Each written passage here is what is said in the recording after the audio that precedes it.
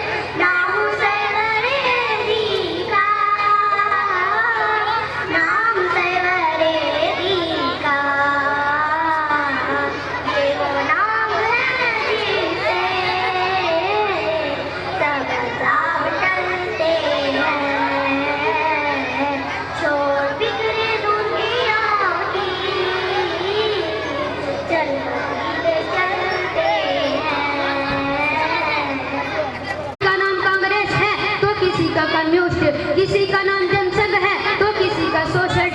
बावजूद है कि उन तमाम पार्टियों और कौमों में आपके ही जैसे खाते पीते इंसान शामिल हैं, मगर उनकी अलग अलग निशानियां हैं।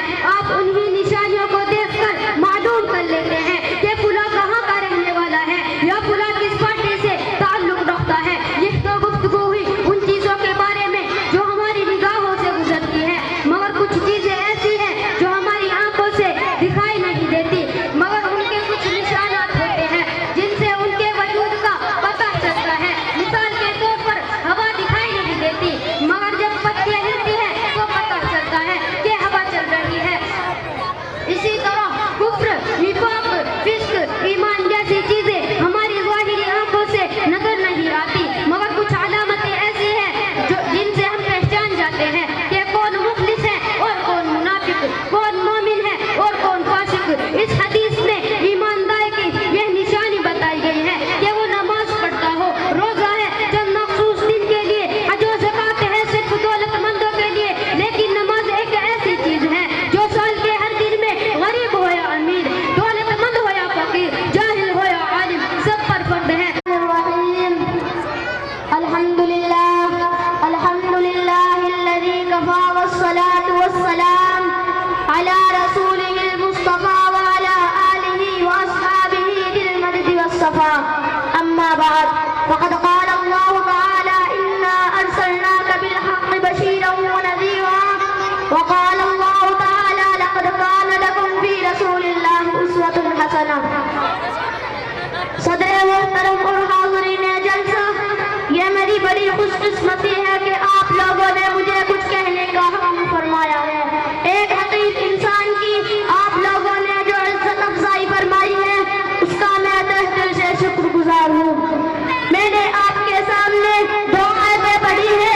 पहली आयत में अल्लाह जल्ल जलालहू अम्मा नवालुहु इरशाद फरमाते हैं कि रसूलुल्लाह सल्लल्लाहु अलैहि वसल्लम हमने आपको बिलाशुबा खुशखबरी देने वाला और डराने वाला बनाकर भेजा है। दूसरी आयत में अल्लाह ताला इंसानों को मुखातब करते हुए फरमाते हैं कि तुम्हारे लिए अल्लाह के पैगंबर सल्लल्लाहु अलैहि वसल्लम में बेहतरीन रहनुमाई है। वो दौर याद कीजिए जब सारा आलम सिर्फ कुफ्र में मुब्तला था। खुदा की इबादत गाहे बुतों का अड्डा बनी हुई थी। खुदा वाहिद के बंदे खुदा माबूदों के पैरों पर सर झुका रहे थे। दीन हक पे अलबुखारा को कोई ऐसा आदमी न मिलता था जो उन्हें सिरात मुस्तकीम पर गामन करे। ऐसे में रहमत इलाही मुतवज्जा हुई। अब दीन और शरीयत का मौसम खज़ार रुखसत हो रहा था। मौसम बहार आया और इस आसमान के साथ आया कि चौरिस्तान आलम गुलो गुलजार हो गए। शरीयत हक़ की खुशबू चार चांद आलम में फैलने लगी। यानी पैगंबर आखिर अल्तमा आदिए बरहक फखरे रसूल सरकारे दो आलम जनाब मोहम्मद सल्लल्लाहु अलैहि वसल्लम एक कामिल और मुकम्मल शरीयत लेकर इस दुनिया में तशरीफ लाए। अब दुनिया वालों के पास एक ऐसी अजीम शख्सियत आ गई थी जो हक़ और सदाकत के अहम बरदारों को फात और आखिरत की बशारत दे रही थी और जुल्म और सितम शिर्क और कुफ्र के अहम बरदारों को जहन्नम से डरा रही थी। अब एक ऐसा इंसान इस दुनिया में आ गया था जो इंसानी बेहतर में होते हुए भी शर्फ और रोशनी था, जो इंसानों के साथ रहकर इसके रास्ते पर चलाए। कि मोहम्मद से वफा तूने तो हम तेरे हैं, कि मोहम्मद से वफा तूने तो हम तेरे हैं। ये जहाँ चीज है क्या लौह व कलम तेरे हैं। व आखिर दावाना अल्हम्दुलिल्लाहि रब्बिल आलमीन। माशाअल्लाह बहुत अच्छे।